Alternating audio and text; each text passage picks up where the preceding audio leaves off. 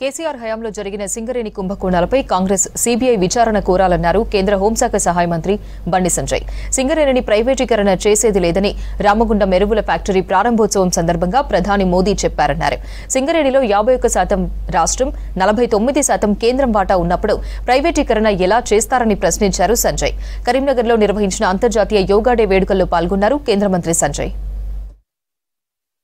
సింగరేణి విషయంలో గతంలో BRS party ఏ విధంగా కేంద్ర ప్రభుత్వాన్ని బదనాం చేసే ప్రయత్నం చేసిందో, కాంగ్రెస్ పార్టీ కూడా ఇద్దరు కూడబడుకొని, బీఆర్ఎస్ కాంగ్రెస్ ఇద్దరు కూడబడుకొని ఇవాళ సింగరేణిని భారతీయ జనతా పార్టీ ప్రైవేటీకరణ చేస్తుంది, ప్రైవేట్ పరం చేస్తుందని చెప్పి ఒక తప్పుడు వాతావరణాన్ని తయారు చేసే ప్రయత్నం చేస్తున్నారు.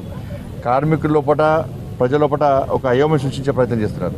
నరేంద్ర మోడీ గారు రామగుండంకి వచ్చి సింగరేణిని ప్రైవేట్ పరం చేయడము కేంద్ర ప్రభుత్వం ద్వారా సాధ్యం కాదు, రెండు ప్రభుత్వాలు కలిసినే అనుకుంటేనే ఇది సాధ్యమవుతుంది. ఇప్పుడు రాష్ట్ర ప్రభుత్వానికి 51% వాటా ఉంది, కేంద్ర ప్రభుత్వానికి 49% వాటా ఉంది. అధిక వాటా రాష్ట్ర ప్రభుత్వం ఉన్నప్పుడు కేంద్ర ప్రభుత్వం ఏ విధంగా ప్రైవేటీకరణ చేస్తుంది? కానీ కావాలనేది తప్పుడు ప్రచారం. ఇలా కాంగ్రెస్ పార్టీ గతంలో బీఆర్ఎస్ పార్టీ సింగరేణి విషయంలో చేస్తున్న అక్రమాలు ఎప్పుడు స్పందించలే. ఏ రోజు కాంగ్రెస్ పార్టీ అప్పుడు మాట్లాడలే. ఆ రోజు అడ్డుకున్నది బీఆర్ఎస్ పార్టీని వ్యతిరేకించింది భారతీయ జనతా పార్టీ.